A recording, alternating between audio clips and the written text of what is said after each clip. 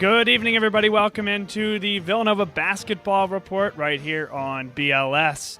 Well, we have our full team here in studio. Bob Long, Kevin Long on the far side of the desk, and Tom Trainer right in the middle. Excited to be with everybody here this week as the Villanova Wildcats, as we so promptly addressed last week, had an opportunity to win the Big Five for the fifth straight time and did just that in convincing fashion, an 87-67 win at the Liacouras Center against the Temple Owls. And Tom, we'll start with you here. This is, again, for the second time in as many tries, a big coming out party for Jalen Brunson, a guy who spurned this same Temple program that he then torched twice in as many tries at the Liacouras Center. Of course, a building and a program, maybe not the building per se, but the program itself was, with the hands of his father, Rick Brunson, was taken to very elite heights. Now Jalen taking Villanova to elite heights against his dad's former program. Something in the air on North Broad Street for the Brunson family there, huh, Bob? Yeah, the kid is absolutely torched, as you said, Temple, the 2 times playing at the Liacouras Center. I mean, you go through the stat line from last week, and in 38 minutes played, no turnovers, which I think for any point guard is the first stat you look at. 5 assists, and then, of course, the shooting. He was on fire from the get-go. 6 out of 10 from 3, 11-16 from the floor, 31 points to finish.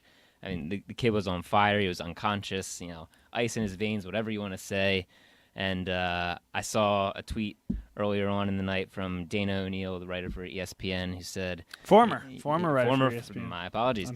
She who tweeted that the Temple fans should stop giving the guy a hard time, or else he's going to keep lighting up. And, saw him a few times stare directly at the crowd, a few stare downs after drilling some nice threes. And he's fun to watch play.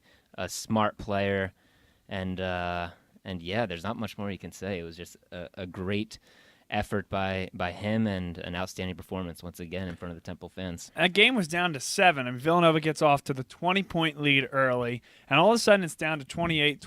Jalen Brunson comes out, just absolutely knocks down a couple of huge threes, puts that game really back out of reach. Kevin, to bring you in now, this is a Villanova team that's won this Big Five 5 times in a row, 22 straight victories in this famed rivalry across the city. Really unheard of, and a record that, well, it's going to continue going on perhaps here for Villanova. But, when it's all said and done, tough to imagine something like this being replicated anytime soon. Yeah, absolutely. I agree, Bob. And to touch on Jalen Brunson, like we were talking about before, there's a reason why a lot of people think that he's the most complete player in college basketball right now. He really just does it all. He's one of the best shooters right now. He's one of the best drivers. He's one of the best passers. He's a complete player. And, no end in sight really for this Villanova team. Omari Spellman had probably the best game of his short career so far. He can beat you a lot of ways as well. We've never had a big man like him really ever. No one like him who knocks down the 3. He can beat you with the dribble drive. He can go over top of you. He's really a complete player, and I don't foresee anybody else taking down Villanova anytime soon. I definitely don't see another dynasty coming to the forefront in the Big Five anytime in the near future. Omari Spellman's a really good example of a guy who has just come in, and I think, even though we'll never get the benefit of seeing what he would have been as a true freshman, but unfortunately was dealt a tough set of cards by the NCAA and wasn't able to play his first year, but came back this year, worked really hard last year, understood what it meant to be part of this program, and worked with a really lot of really solid veterans in Chris Jenkins and Josh Hart and some of the other guys. Even Darrell Reynolds, a guy who sort of shared that position. Darrell Reynolds doesn't do the same type of things that Omari Spellman does, but he learned a lot there and I think has come in bigger, stronger, more physical. He was already the top player in Ohio, Tom, coming in. I think he's only exceeded those expectations in a very brief stint so far, but a lot more coming from Omari Spellman and a more complete game than I think most of the Villanova faithful would have given him credit for before he came in. Yeah, how pretty is that jump shot? About as pretty of a jump shot as you'll see for a starting center in college basketball. And he looked great from mid-range, from 3. He was 4 of 7. And it's great when you have a center that you can spread the floor with, and Villanova has guards like Brunson who can post, and how many teams can do that, and you can spread the ball all over the court. And as we saw, last week against Temple, Bridges was on fire in the big Gonzaga game the week prior. Booth was on fire. Those guys stepped up. And then, Booth was dealing with a virus against Temple, and Jalen steps up, and Amari steps up. So it's just, and Dante can step up on any given night. So in this Villanova team, the thing that's so great about them is, the talent they have, and you just, you shut down one guy and it's next man up. And Amari did that last week against Temple for sure. The Villanova Wildcats, again, winners 87-67 over Temple.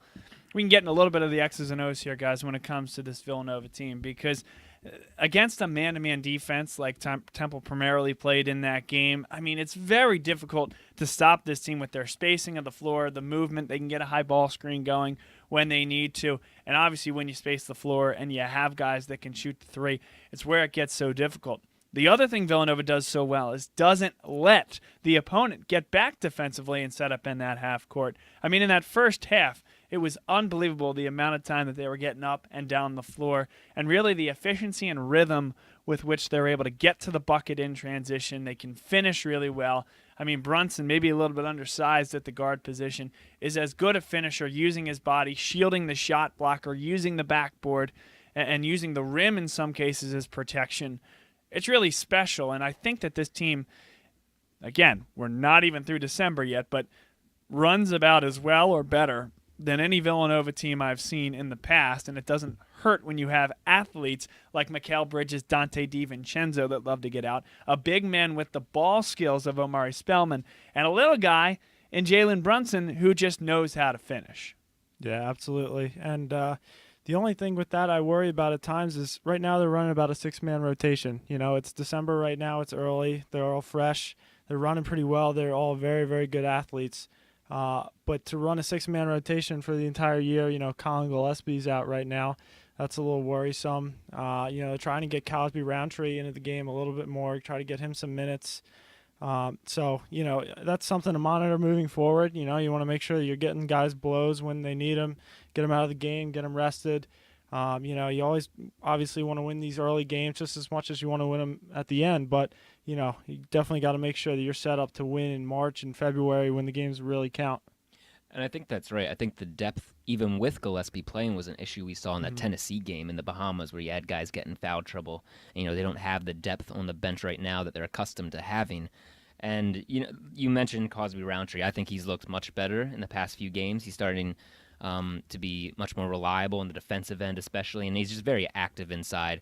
So I think he's been doing really, really well out there. Jermaine Samuels is a guy that I guess they're still developing. He's not playing as much as I anticipated he'd be playing at this point in the year. So I'm sure we'll be seeing him play, hopefully, more minutes come end of the Big East season, come tournament time, and hopefully Gillespie just gets back as soon as possible. Of course, none of us are on the bench coaching staff for Villanova, but with Demir Cosby-Roundtree, he can be a very good defensive presence. He was a great shot blocker in high school, has shown the ability in Spurs to do that here. I mean, it's up here with him. Understanding defensive sets. There are times where he just looks lost. Is this your guy? Is this my guy? Where do I go? I don't know what to do with my hands type of thing. I mean, there are times where he's just behind the play, and I think that's the issue with him. Nobody expected Demir Cosby-Roundtree to come in and be an offensive stalwart and be a guy that's going to go back to the basket, back somebody down over the left shoulder, over the right shoulder type of thing. But the role was expected to be a guy to give in and give defensive stops and give rim protection presence. He can do the latter. It's the former that I think, is working towards. And Kevin, I think you're right. He's getting a little bit better in that respect. 10, 11, 12 games into a college career, it's tough to expect.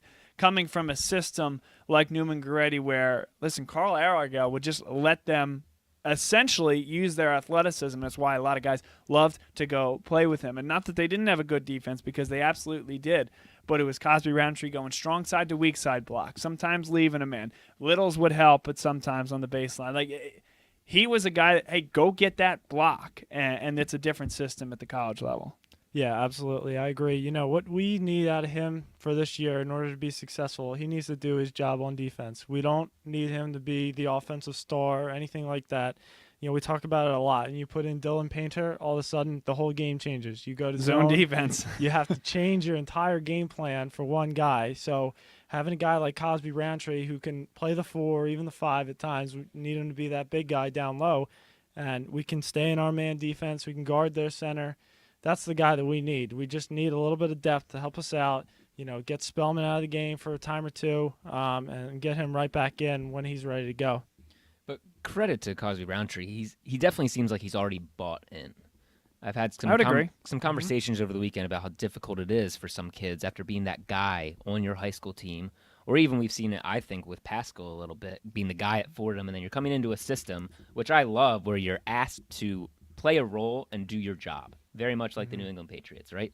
You're asked to do your job, and I think Cosby-Roundtree is completely bought in. And I want to credit that whole front court, especially. And speaking of Pascal and Spellman, Pascal's been struggling offensively, but if you look at the numbers that they've held the other front courts they've played in check, and something that for years people outside of the program had always talked about, that being Nova's weakness. Well, they've been, ever since Daniel Ochefu, I think our defense inside has been phenomenal. And so credit those guys. I mean, they held Enechionia to just 3 points the other night, one of the best big men in the American Athletic Conference. And if you look, and in the defensive effort, I think in general in that game, Temple was still able to shoot, 53, modest 53% from the field. And we talked about last week, Bob, needing to keep that two-headed dragon in check in the backcourt for Temple, and they did. They kept one of the two heads in check. As Quentin Rose was able to go off for 27 points, and he had a phenomenal shooting night. He was 5 of 6 from 3, but they were able to keep Shiz Austin, in check. I think it was just 10 points, where he's averaging almost 20 points per game. So they were able to keep that backcourt of Temple in check, and like I said, the front court has been phenomenal all season long, I think. Totally agree. Villanova, a winner, like we said, 20 points against Temple to win their 5th consecutive Big 5 title. Now, if you guys can believe this, the last game before conference play begins is on Friday night at the old Nassau Coliseum, where the New York Islanders played their hockey for so many years. And that should be an exciting game as Jay goes and has an opportunity to coach against a team that he coached for a while, and goes against a guy that he knows extremely well, Philadelphia guy through and through, Joe Mahalik, a guy who coached under Speedy Morris, and very local ties abound here in Philadelphia. Coached up at Niagara, brought in Bilal Ben. You may remember that transfer, a guy that came in for Villanova in one of those very good recruiting classes. I believe it was the Isaiah Armwood class, and some of those guys. Armwood also transferred at that point to George Washington. But Joe Mahalik, a guy that left a very successful Niagara program to take on a project, and that's what Hofstra was when he came in.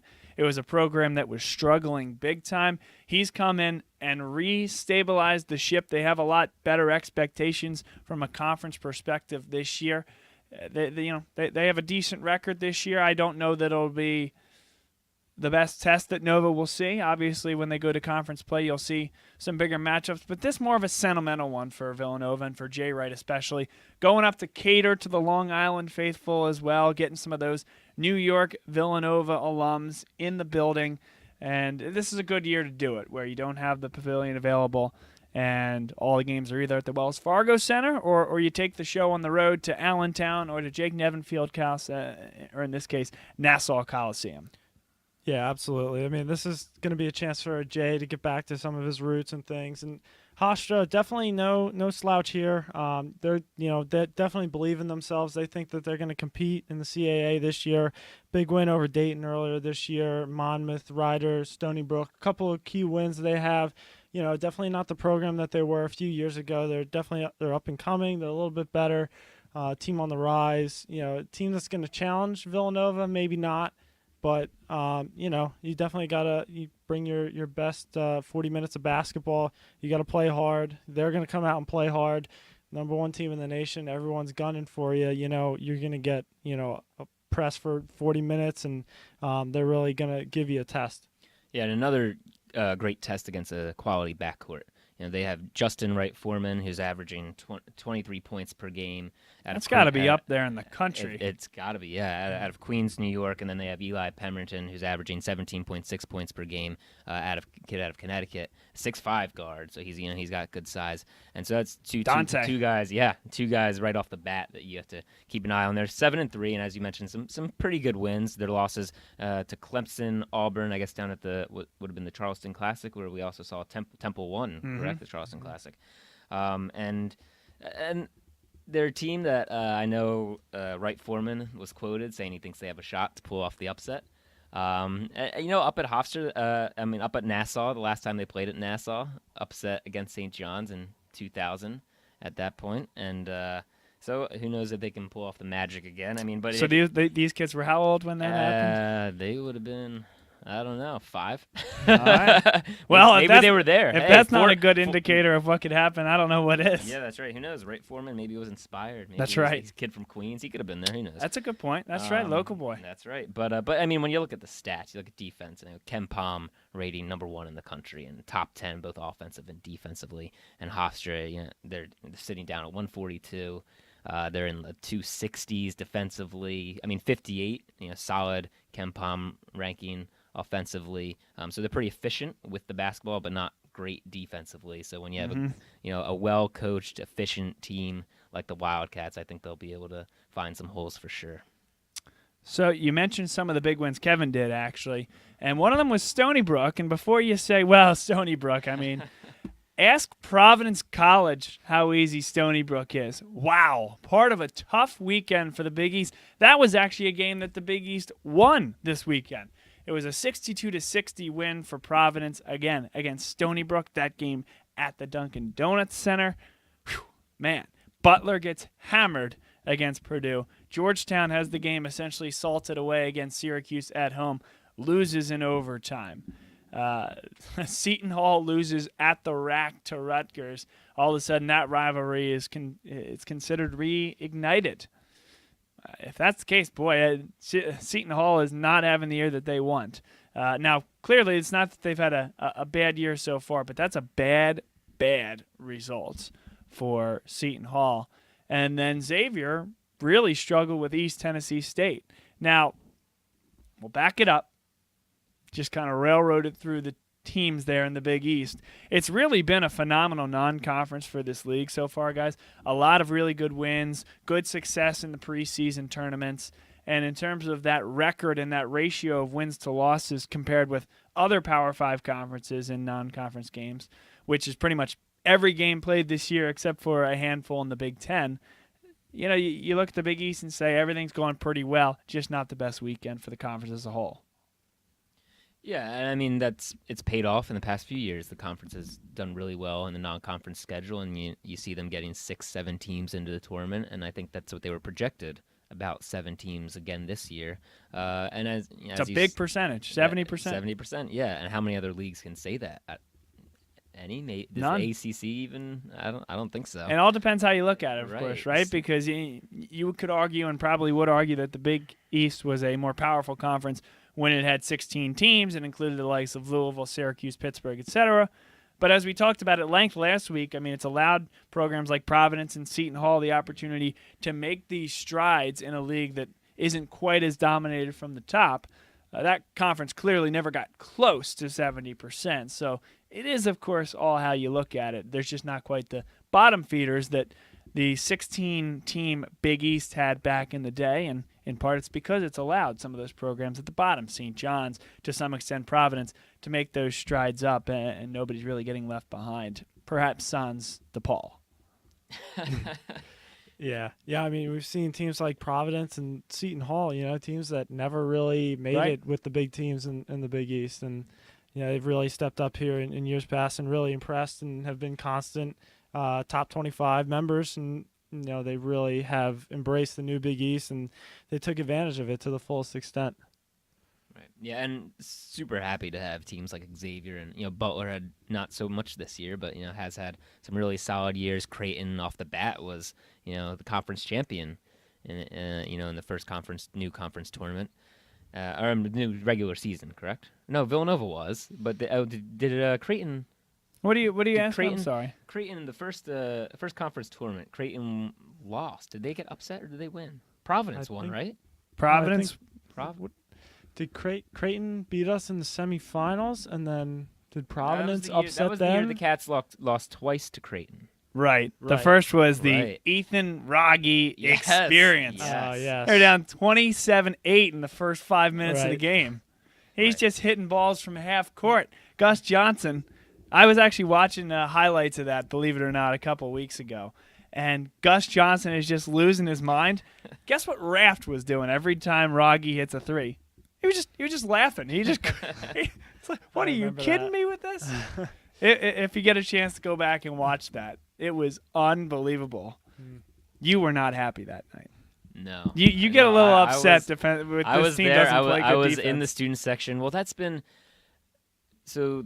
Villanova does a good job getting back in transition defense. They get the guys back there, not so much picking up all the time. Our bigs have struggled with that. We've seen Eric struggle with that. We've seen Dada struggle with that, as you mentioned earlier. So they get back. Love the hustle, guys, but not so much in picking people. And it's tough. It is tough when you have a big man who's what's the opposite of cherry picking? He's kind of jogging down the court, lollygagging, jogging down the court, and then nobody picks him up 3 feet past the NBA 3 line, Right. which is where he was firing him off that night. Yep. And then there's not much you can do, but Well, listen, it's a more, and systemic is way too harsh of a word, because this is a national championship program every year. But if there's one thing they struggle with defensively, at times it has been picking up beyond the 3-point line, right? Marking men at the perimeter and getting beaten by the three. Why do they do that, though? Listen, every time you have a defensive setup, there are going to be holes. It's just how much you can mask them and how committed you can stay to your assignment, which can reduce those holes from ever opening up. However, you have a program that prides itself on, listen, a 6'5 guard can guard a center, and a center can guard a 6'3 guard. We're going to switch liberally so that we don't allow back cuts and different things like that. We're not going to get beat to the hoop that way, and we want to have our best defense against the high pick and roll. So that's what they decide to do.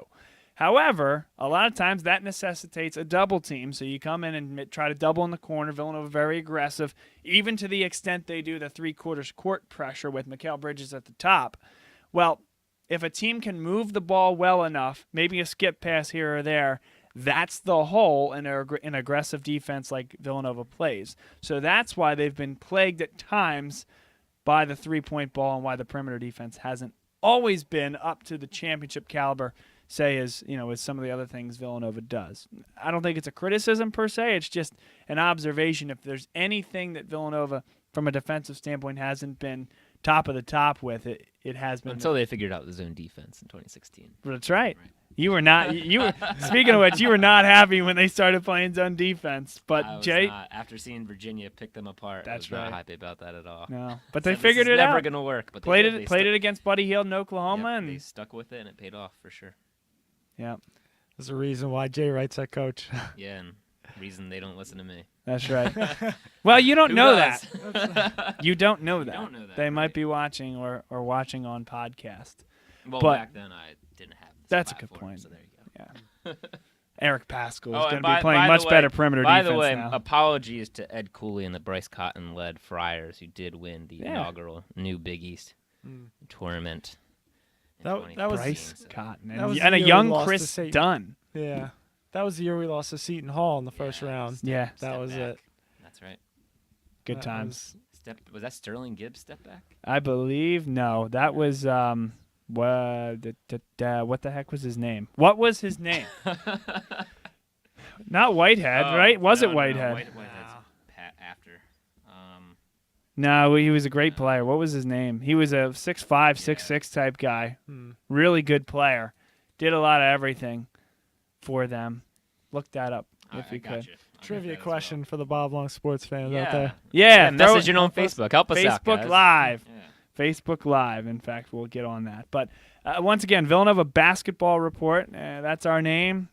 And we, the three of us, will be taking you through the Villanova basketball season this year, week by week. Once again, the Cats #1 in the country. So for our folks on Facebook Live, what are you most excited about when it comes to conference play? Are there any concerns you have about this Villanova team? Feel free to leave a comment, ask a question, and we're happy to answer any that you might have. So, now, guys, first of all, any more thoughts on the Big East and the struggles this weekend? Well, my first thought is you owe me an apology because it was Sterling Gibbs at the buzzer with the step back. Really? It was Sterling Gibbs, yeah. Wait, who had the runner, It was though? Tom. I don't remember who. Because I the don't recall step who you were back, thinking of. the step back Sterling Gibbs, I thought was the one at the Prudential Center. Step back Sterling Gibbs. I think that was the Big East tournament. Yeah, there you go. And this was not. Oh, this was okay. not. Yeah, this was not when they beat Villanova in the championship. No, this was when they beat Villanova in the Right, first in the round. first of round. Championship. Gotcha. Okay, I was thinking about the championship one, perhaps. No, which I think was an Isaiah Okay. Whitehead runner. Yes. Gotcha. Yep, there you go. Gotcha. Miscommunication. Communication Yeah. breakdown. It's always the same. Yes. That's why it's a talk show, not singing. Good times had by some. All right, so we have some other cool stuff to get to tonight. I know that you, Tom, had prepared something for us, and I'll let you talk through that now. A little trivia question. Yes, a little trivia question. So this Friday night, our Villanova Wildcats are taking on the Pride of Hofstra. The Hofstra Pride, one of the Yes. few college programs and universities in the country with a nickname that does not end in the letter S. Oh. So, trivia question for Bob and Kevin tonight is I'm going to count down. Hold up. I'm going to get my timer Did out. Bob I'm get gonna a head count down. start on this one already? No, he has not. He didn't know? I'm going to count down 30 seconds. I have a list here of 26 other Division I. So these are Division I universities. It's a little bit debatable because some of these I think are Watch Division that I pen over in there. just a few sports. So that might be a hint for a few of them. Wait, one more time? Some of these are just Division I and just a few sports. That might be a hint. It's a debatable. But I have 20. No, I have 26 other universities here, Division I schools. Their nicknames do not end in S. So we will give you 30 seconds to list as many of those schools as you can. 3, 2, 1, go.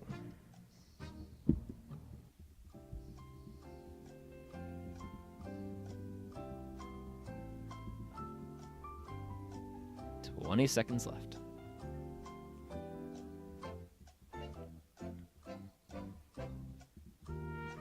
Bob's got quite a list going over there. Always set up for failure in trivia. So I should never ask you to be on my Quizzo team. Well, compared to Bob. 3, 2. I think I'm done. All right. Kev, why don't you start us off and tell us what you got? These are universities whose sports nicknames do not end in S. Division I universities. So I have two teams listed here. Oh, All right, what do you got? They both have the same ending nickname. They're both Bison, and it's Bucknell and North Dakota State. that's exciting. There you go. Well done. I think I'm gonna take the Kevin, L So here. Kevin's got 2. Bob, what do you got for us? All right, I got the Stanford Cardinal, the Notre Dame Fighting Irish, the Marshall Thundering Herd, the good Tulsa Golden Hurricane, Harvard Crimson, Tulane Green Wave, and I believe Dartmouth Big Green. Dartmouth Big Green is right. Well done. Yeah, I'll go through a few other ones here on the list that you didn't mention. We have the Didn't have Elon- time to mention, as Yes, it were. didn't have time to mention. Yes, of course. Had we given Bob what 30 more seconds? Yeah, sure. Yeah, you could've- There you go. There we got Elon Phoenix, Harvard Crimson. I don't think you mentioned, right? I did.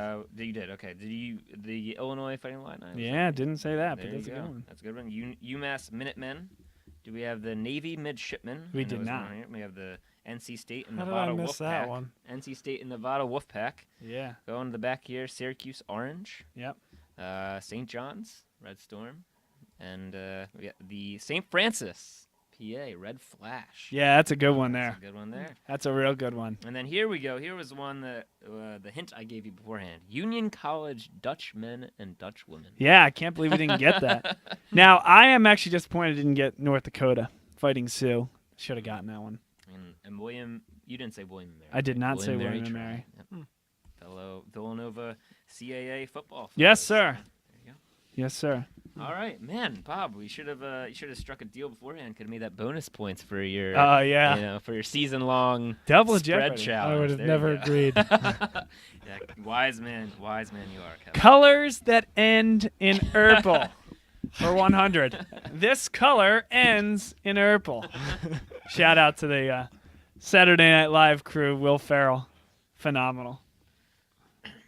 So back to the I don't know what else to say. the non-S team that we are focusing on. Do you have any predictions or previews for Nova taking on the Pride this Friday? I mean, I wouldn't say that I have any in-depth thoughts. Haven't looked too much in terms of like the defensive schemes like we talked about with Temple last week or anything. And hey, maybe we'll be maybe we'll look stupid not having done that if they come out and really play Villanova hard. But, the guys you talk about, there's some size there. Joe Mihalik, in terms of what I know about him from Niagara, is going to put a team on the floor that's very athletic, right? At times maybe a little undersized with some of those Niagara teams, but always played really hard and gave big and small conference teams alike a lot of trouble. This Hofstra team has really come from the bottom, and so when you have a team like this, again, speaking in somewhat generalities, but a program that came from the bottom not long ago, it's going to be a team whose best players are young players, right? So you're going to have freshmen, sophomore, juniors, guys that are going to be leading this team to some extent, and this is going to be a great experience for them playing in a big arena in their backyard against a program in Villanova that is at the apex of college basketball and has been for the past 4 years. I think Nova wins comfortably. I think they cover. I don't think I'm going to pick them in our pick 'em league, Right. but I think Villanova's going to cover and win by about 25 points, something to that extent. Yeah, I'd probably have to agree with you, Bob, there. And, a young team like that, you said it before, it lends itself to being a very high-energy team. They don't have a lot of fears going in there. They know they have nothing to lose and everything to gain. They're going to come out there. They're going to make Villanova run a lot. They're really going to work the floor for 40 minutes. It's really going to be, let's see if we can wear this team down and, maybe make something happen at the end of the game. But, it'll be a tough test. Well, not a tough test, but it'll be a test. They'll make them work for it. But at the end of the day, I think they'll end up running away with it. Now, and this isn't the disrespect the team that I'm going to talk about, but if there's a way that Hofstra stays in this game, it's if Villanova lets them hang around in the first 10, 15 minutes. And I know they played really well, but I think LaSalle was given that benefit to some extent by Villanova. Now, once that under 12-minute timeout came, I think Villanova picked up the pace, picked up the enthusiasm, and LaSalle just hung with them for the rest of the game. But there was a time in that first 10 minutes where LaSalle wasn't playing their best basketball either. And Villanova at a 12 o'clock game on a Sunday, came out flat. Very similar to that Providence game that was moved back from Saturday to Sunday 2 years ago. Chris Dunn beat them right after that, Herculean-type snowstorm that came the day before. He and Ben Benson. That's a really good Providence team, of course. But, I felt like that Villanova team wasn't quite as ready to play that day either. Now, this clearly an 8:30 start, but huddled right around the holidays. They just finished up with exams. Last game before conference play. As soon as this game is over, you hop back on the bus, go back to Villanova, and then head home to your families if that's where they're going. At the very least, they're hanging around and having a day or two off and then going to Christmas dinner at Jay's house or one of the assistants. But that would be the only way I think there's any issue whatsoever, and I don't really see that happening. But to throw it out there, that's the only way. And you better hope that if they do come out flat, that it doesn't stay like that for very long, that they do eventually figure it out, because Hofstra has won 4 of their 7 games. 4 of their 7 wins this season have been by 3 points or less. So they early on this season, they've been able to finish strong in close game, late game situations. We know Villanova has historically been very good at that as well. They're a very good free throw shooting team. Execution down the stretch has been very good in recent years. But Hofstra has shown early this season that they can do that as well. And I'd be There's remiss. 2 ways to look at that, though. Sure, go ahead. Right? Because, and Kevin mentioned they have some decent wins. I made the joke about Stony Brook. There's no 1 or 2 wins that really jump out at you. Right. So, yes, they're winning close games, but the games they're winning close are against teams that aren't all that talented. Yeah, I think that's sure. why I'll list the 4. So Army, Dayton, Monmouth, and Stony Brook were all games they won by 3 Dayton's points or all right. less. Dayton's a decent win. Yeah, Monmouth's decent as well. Well, Dayton's not looking as good of a win. Dayton has since lost to Penn and they have a few And other no losses Archie in Miller there. anymore, of course, on the bench there.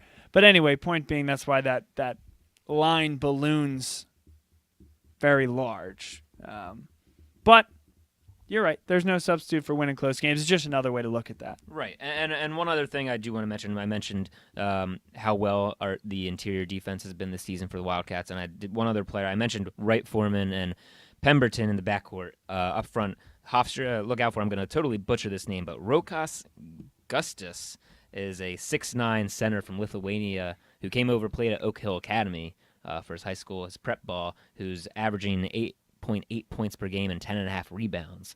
So it could be, a force to be reckoned with inside and something to look out for on Friday night. Good stuff. Good stuff, Tom. All right, so I think we have some pick'em to do at this point as well. Again, for those folks out there, and we'll let Tom explain it more in depth, but we have a pick'em segment where Tom gives a lot of lines, and Kevin and I have to pick 3 games. Now, I wonder if going forward there's a way to get the audience involved in something like this. Something to consider for next week. Yeah, definitely. But first, I'll go through the results from this past weekend. So our listeners out there who were with us last week, you'll recall both Bob and Kevin picked Nova to cover the spread in the Temple game, which the Wildcats did. The spread in that one ended up being 8.5, and the Cats, of course, won 87-67 by 20 points at the Liacouras Center. So both of the guys got 11.5 points off that one as the Cats beat the spread by 11.5 points. And then they both took Syracuse. We weren't sure about that one at the time they picked it, who was going to be favored. It was too early in the week. Syracuse ended up being favored by 5 over Georgetown. And for a while in that game on Saturday, the whole game. It wasn't looking like such a good pick until about the last 4 minutes, I'd say, when Syracuse really poured it on. And honestly, I think Georgetown sort of blew that one. But we'll get to that in a minute. Syracuse ends up pulling away and winning that one in overtime, correct? 86-79? That's right. So 2 points for the guys on that one. So we'll get past the boring games where they have the same picks and move on to the juicy stuff. So Kevin took Indiana to beat. I feel like the Syracuse Orange are juicy enough. I think they're juicier than the other teams we're talking good pun. about. Yes, well done, Bob. I'll see myself out. Please. Yes, on your own show. Kevin took Indiana to beat. Well, they did beat Notre Dame outright, but they were underdogs by 6.5 points. And anybody who saw that great finish in Indianapolis on Saturday, where Indiana defeated the Notre Dame Fighting Irish 80-77. So Kevin, with Indiana winning by 3 on the 6.5 point spread and being an underdog, he gets an additional 10 points. That was 19.5 points. 19.5 points for Kevin there. Big start to the year. In contrast, after seeing the Iona Gales beat up on perennial power, Ivy Power, Yale last week, Bob felt confident in taking That line moved away from me. Iona That's to the beat tricky part the about St. this. John's, another non-S nickname school here, beat a fellow Big East school, St. John's Red Storm. The line in that game was St. John's by 9.5, and they ended up winning by 10. So Bob actually lost a half point. So where do we stand now after week 1? Mainly just due to the one difference, which was Indiana Notre Dame and Iona. Not just mainly. Iona That's the St. John. only That's thing. it. Not mainly. Yeah, that's it. Literally is the only thing, and literally used appropriately. Kevin finishes the week with 33 points, and Bob sitting back at 13. So I understand why Kev would not have shaken on the extra points in the Jeopardy round earlier. I think someone needs to record this somehow, take some type of picture or something, because I don't feel like I'm going to hold on to this lead for much longer. Oh, come on, confidence, Kev. I don't watch nearly as much sports as Bob. I don't think any average person could say that, but it's going to be tough to keep up with him for the entire year. Well, maybe we'll have our viewers help with this as well. Maybe once you find out at the first show after the new year, when we announce what the punishment will be for the loser, maybe that'll give you some incentive, depending on what that is. I'll just cash out now. That's fair. We'll settle. Love the confidence, Kev. By the way, I have a very important update because we have not a call-in, but we have an audience write-in terms of our Jeopardy question. This color rhymes with Urple. Big shout-out to Dave Buzzard. What is light Urple? And you are correct, sir. Well you done. are correct. And he also took a swipe at Georgetown, which I think we can all appreciate. Has there ever been a softer non-conference schedule than what Georgetown put together this year? Not really. I mean, Syracuse is pretty much it. And now they're going to get into Big East Conference play. We talked a little bit about that last week, Tom.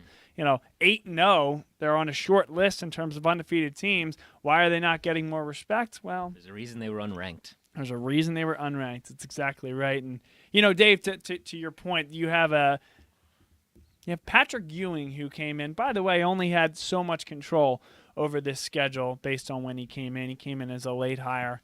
And they do have a relatively young team. A lot of turnover there. And he sees this as an opportunity to just build up. The issue is it affects conference RPI, in a not-so-indirect way. So these coaches, university presidents, are encouraged to put together relatively challenging non-conference schedules, because if they don't, that will absolutely affect conference RPI when it comes to Selection Sunday, and there's a team like Providence or maybe even a St. John's sitting on the bubble, or heck, Georgetown sitting on the bubble, but that's making your own bed. There's another school on the bubble that can adversely affect you if there's enough schools not scheduling well out of conference. So, it's not a push per se, but a gentle nudge or a gentle idea that we want you to schedule challenging non-conference schedules.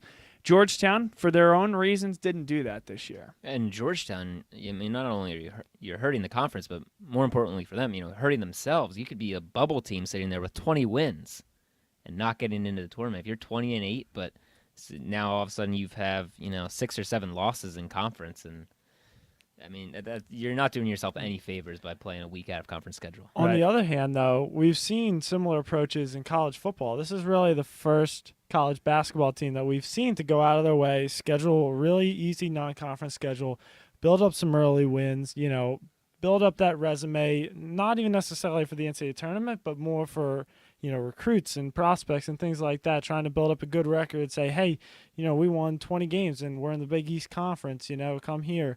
We've seen it have success with teams like Washington in football. It got them into the playoff.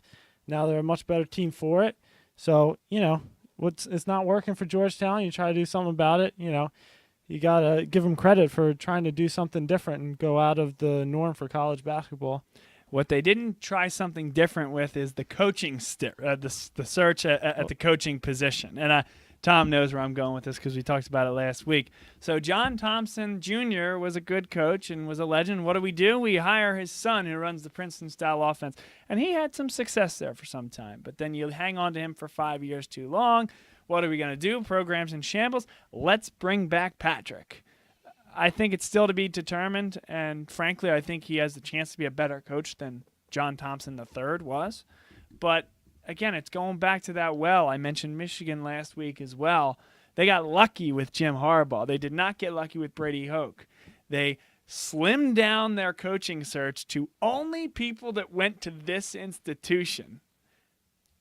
I'll never understand it. I will never understand it. And for Georgetown's sake, I hope it works. Yeah, and the only thing I'll say about that is, obviously college basketball is so much about recruiting. John Calipari, obviously he's a great coach, but at this point, is it better coaching or is it better recruiting? So it's hard to say. You have a guy like Patrick Ewing, obviously with a great reputation that he has. Does he attract recruits just from his name? He's not necessarily a good coach, or the jury's still out. We don't know if he's a good coach or not, but does he help that team just by his name? Do people want to come to Georgetown to say, I played for Patrick Ewing? And, that remains to be seen, but I think, that's another way that Georgetown can have some success just from the name itself. Two shouts here, both to Tom Vincent texting in here. Why isn't AI the coach? Great choice. I agree, man. Talk about Absolutely. basketball pedigree. Rivaling Patrick Ewing in every way, shape, and form from an NBA career, as well as, well, not what he did at Georgetown. Of course, Patrick more of a legend there, but gotta love the Philadelphia love. And then he also asked if Pitt was making the. I'm sorry, he just asked if Pitt's making it this year. Making it to what? I'm not sure. 10,000 fans in the Pete in any given game? Probably not. The NCAA tournament? Definitely not, unfortunately for them. They've now set three, maybe two. Peterson Event Center records for the lowest attendance in any given game this year. Kevin Stallings he has a very young team there for the Panthers. Unfortunately, just haven't been able to put it together. And the Pitt faithful have not taken. Yeah, and I know you guys talked about it a little bit last week, but there have been a couple teams on the other side of that Big East turn. A couple teams like Providence, Seton Hall, we just talked about before, really seeing a lot more success now that they're in the Big East, and some teams have switched and things like that. And you got teams like UConn, teams like Pitt, who are kind of fallen off since leaving the Big East. Now UConn obviously won the national championship, either the first or second year out of their out of the Big East. But they went into a 7 seed and went on an amazing run. But really, there have been teams that have just fallen off. It seems like Syracuse hasn't necessarily been the same team, having a good year this year, made it to the Final Four a couple of years ago. But still, a lot of teams have fallen off since leaving that conference. Louisville, for other reasons, are not as good as they once were. But, a couple teams of note on the other side of leaving the Big East and losing their championship pedigree. Yeah. Interesting point. So we got some good stuff coming in here on the chat. We certainly appreciate it. A couple shouts from Madeline Maver. Which team did Villanova lose to on a disputed call in the 2005 Sweet Never forget 16? it. Jeez. That's also a team that. Oh, man. Go ahead. I'm sorry. I thought you were going to say something. Oh, no. I got one for you. Where was the game played? Carrier Dome. Carrier Dome is right. I forgot. Yeah, of course, the North Carolina Tar Heels. And the other question was, where did Jay coach? We hit that. Prior to Villanova, at Hofstra.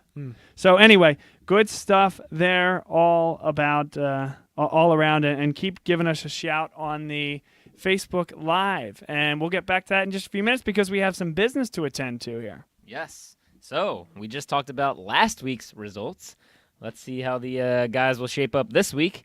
Who wants to start? Let's go with Bob. Who are you taking this week? All right. So you gave me Syracuse -11 against Buffalo. That game at the Carrier Dome. I love Cuse big in that one.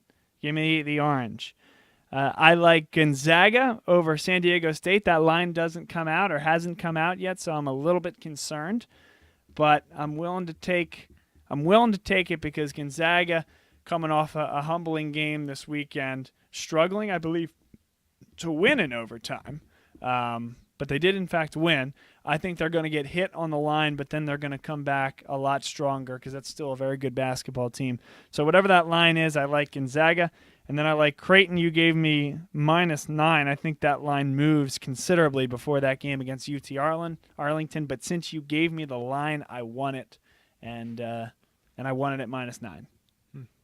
So you're taking Creighton -9. Yep. Gonzaga, whatever they Gonzaga, come in at, and Syracuse -11 Let me over just, Buffalo. check. So Gonzaga, according to the ESPN metrics, they're expected, currently a 57% chance of winning that game. Yeah, and that's going to be a State.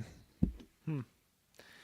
All right. Well, we have to find some way to keep these listeners interested here because we, yet again, have 2 out of 3 of the same picks. So I know we had mentioned it before the show. We don't want to have the same picks again. What do we do if we have the same picks? 3? All 3? Not all three. All right, just 2. Just 2, Do but we- even so. From now on, should we try to differentiate every pick we have or just roll with it? How do we want to play this? Well, I have a bit of a hybrid, and would love to hear from the listeners at home how they think we should reconcile this issue. It makes it tough on you guys, but I have no problem with you guys having to pick 3 separate games. Of course, we'd have to go through who gets first dibs. But this week we had kind of agreed I think we did agree off air before the show that you guys would rock, paper, scissors, shoot for changing. I believe your Cuse and Buffalo. You didn't even get to say your picks yet, but your Cuse. You're also taking Cuse. I'm also taking Cuse over Buffalo, and I'm also taking Creighton over Texas Arlington. But we're gonna keep the Creighton Texas Arlington game in there just because they have to have one Big East game. So we'll let them both keep the Creighton game. However, we are going to have a rock, paper, scissors, shoot, 1 and done. No 2 out of 3. This is 1 and done. High stakes, boys. And they've both already picked a backup 4th game for the week that the loser will then have to go with. So should I go through my 3 picks? I'll finish my 3 pick. picks. So, again, Cuse over Buffalo, -11. Creighton over Texas Arlington, -9. My 3rd game is Wake Forest over Coastal Carolina, -4. I almost picked that game. So you have Wake covering. So each team covering, right? Each so you're team not going covering, not going any upsets this right, week. Same. With you as well, right? Tried to stick with teams that already have a line. Makes it much easier in making these picks. Believe me. Now I'm guessing where the line's going to move. Yeah. I'm thinking Gonzaga is going to come in tighter than it should be. Yeah. That's why I'm going that way. And last week we both took Syracuse over Georgetown because we thought the line was going to be in Syracuse's favor, actually. Well, no. Earlier in the week, Georgetown, I believe, was like 55% chance of winning that game. Right, but I told you on the air here that Syracuse is going to be favored. You did say on the air, and then, like we said, for 36 minutes in that game, ESPN's metrics looked pretty darn good. There you go. And then all of a sudden, Vegas looks great again. Yeah. So all right. Do we want to mention our fourth options here? Or should we just go for it? Or does a listener have a better? Well, there was a great shout from David Buzzard. How about a fan pick the game option, which is it's a possibility. It's a possibility. So I don't know what you do. Give them one game and then whatever the and it should be a game that has a line, and then whatever the balance or majority says, they go with, and it's a triple point option or something like that. Long Sports Game of the Week. I like it. Yeah. Vote on it. That's cool. I think that's good. All right. Absolutely. Fair enough. So what are we doing with this 4th? Are we throwing it out or are we doing rock, paper? We can throw it out now. Rock, paper. I thought we were gonna rock, paper. All right, let's rock, paper then. It's a great game and it's game we have strategy. We can still mention our picks. Just to be clear, we have rock, paper, scissors. Well, we'll mention it after. Let's do the rock, paper, scissors, shoot. Right. Yeah. And so, just to be clear, rock, paper, scissors, shoot. The loser has to substitute in a new pick for Syracuse. the Cuse Buffalo game. All right. Okay. Live video is a heck of a thing. Rock, paper, scissors, shoot. Rock, paper, scissors, shoot. Ah. All right. All right. Who made that line anyway? Are you kidding me? Cuse -11 over Buffalo. All right, Kev, it looks like you picked a good one. What do you got here? So my 4th game, going out on a limb here, don't have a line. It's a little scary. Worked out for me last time, but we'll see. I have Arizona over UConn in that one. Now the ESPN stats are very favorable. I think it's about 95% Arizona. I don't know what that translates to in the line. Probably like 25-ish. But I'm sticking with Arizona. I think they're going to have a big win. A couple of big losses early in the season for Arizona. In the battle for Atlanta, it's a surprising 3-loss end to that tournament. But coming on strong of late, I think they're a determined team to come back and redeem themselves. So big win over UConn, I'm thinking, for this week. I know I mentioned this last week. You weren't here. Battle for Atlantis. Every single game in the tournament not involving Villanova was won by the underdog, including the 7th place game in the whole tournament, Purdue beating Arizona. Isn't that something? 7-18, Purdue and Arizona. The number 2 team in the country coming in. I personally think that shows you how little preseason rankings and predictions really mean. Arizona's going to be a good team by the time this is all said and done. And but that's the tough part about rankings at this point in the year, especially in the one and done era where you have all these blue blood schools that have very young teams that are going to be completely different in late February and March. And so rankings at this time of the year really don't mean much in this day and age. all right, pick one for the fans here before we get out of here. Pick a game. Pick a game. All right, let's go through the list. Well, Bob, first, do you want to tell us what would have happened? What was your fourth game? Oh, I liked Baker. Baker, Dunleavy, and Quinnipiac -10 or +10 Quinnipiac against Drexel. I like Quinnipiac to win outright. It's a good game. I don't know much about Quinnipiac, but I know I like Baker. I know Baker Dunleavy's a good coach. All right. Well, do we want to give fans a line? Give them a line. Give them a line. Because I don't know what to do otherwise. All right. I mean, we could go with the game of the week, some big game. We could pick a fourth game that we haven't done yet. Well, hey, I mean, Pick the winner, you and me, and then have the audience, and they'll probably beat us by the time the season's done. I see. Well, I see. got a good one here. Bob Here we go. Long Sports I got a Crew good one. versus So we have the fans? a little rivalry game here in the state of South Carolina. We have South Carolina against Clemson. Clemson, a 7.5-point favorite on the Gamecocks, who made the Final Four last year. So I think that's a good one. Okay. So we're going against the line. Or are we going Correct. straight up? Okay. We are going against the line. So you Okay. said that Clemson is a 7.5-point favorite, correct? And that game is at Little John? That game, it's Clemson being? I'm not sure. I think it's at South Carolina. Let me check. That could be important, Tom. Yes. It's very important. We have the technology. Do we still have that Jeopardy music available? We have the But while Tom does that, we want to thank everybody once again for watching, and please give your picks on the Facebook chat, and we'll be doing this each and every week, talking Villanova hoops. Hopefully they continue to roll along here. This game and then the next game will be DePaul on the 27th, and all of a sudden they are right into conference play. It's about the earliest start for the Big East that I've ever seen. They used to do that December 31st game, the New Year's Eve Marathon. This is the earliest they've seen. Big Ten Conference says, hold my beer. We're going to start in late November or December the 2nd or whatever date they started. That, of course, because they're going to Madison Square Garden for their conference tournament the week before the Big East tournament. So, but yeah, tune in for all our shows this week. What you got? That game is at Clemson. And I'm sorry, we were supposed to be selecting a game where I thought that that the underdog would beat the spread. No, we're picking Against the line.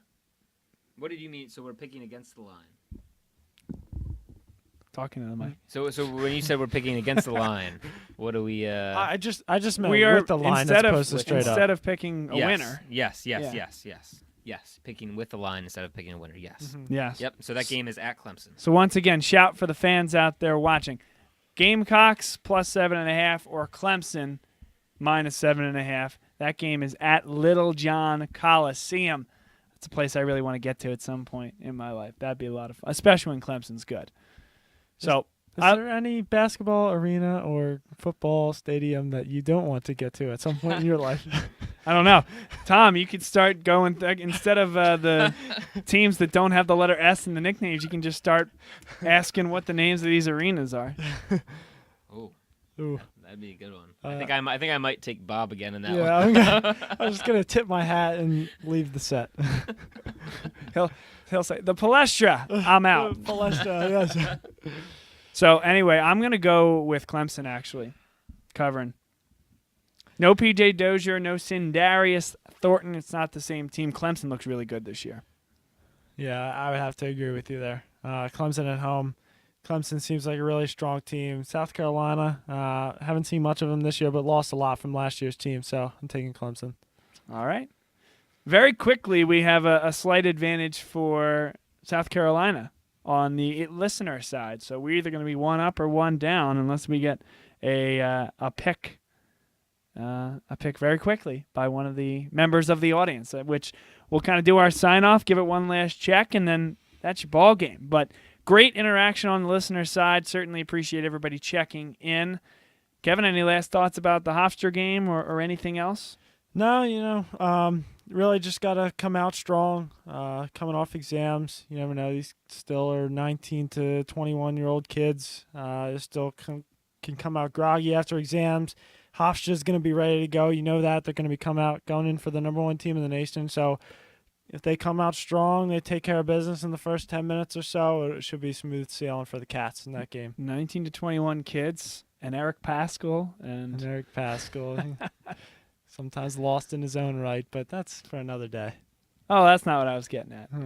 He's a grown man, that guy. He's too. a big, strong dude. That too. But we can talk about Eric talk Paschal about and that his later. defensive assignments in an upcoming show. Tom? I completely agree with Kevin. I think coming off of exams, it's going to be an odd home but neutral site game up down the street from Hofstra. So it's going to be an odd atmosphere, I think, and make sure the Cats come out and are ready to play from the tip. All I got to say is Merry Christmas, everybody. I think the Cats have a good win and a good showing in front of a Long Island faithful that don't get to watch this team all the time. It should be a lot of fun up there. And I don't know if we'll be back to talk before the DePaul game. So it's a DePaul team that is going to be playing from the new Wintrust Stadium. So that should be fun. The Wintrust Arena out there at DePaul. They've been looking forward to that for a long time, and should be fun to see them break that in. So for Kevin Long, for Tom Trainer, my name's Bob Long signing off. Our winner was South Carolina on the listener side by, I think, 2 votes is how it came in.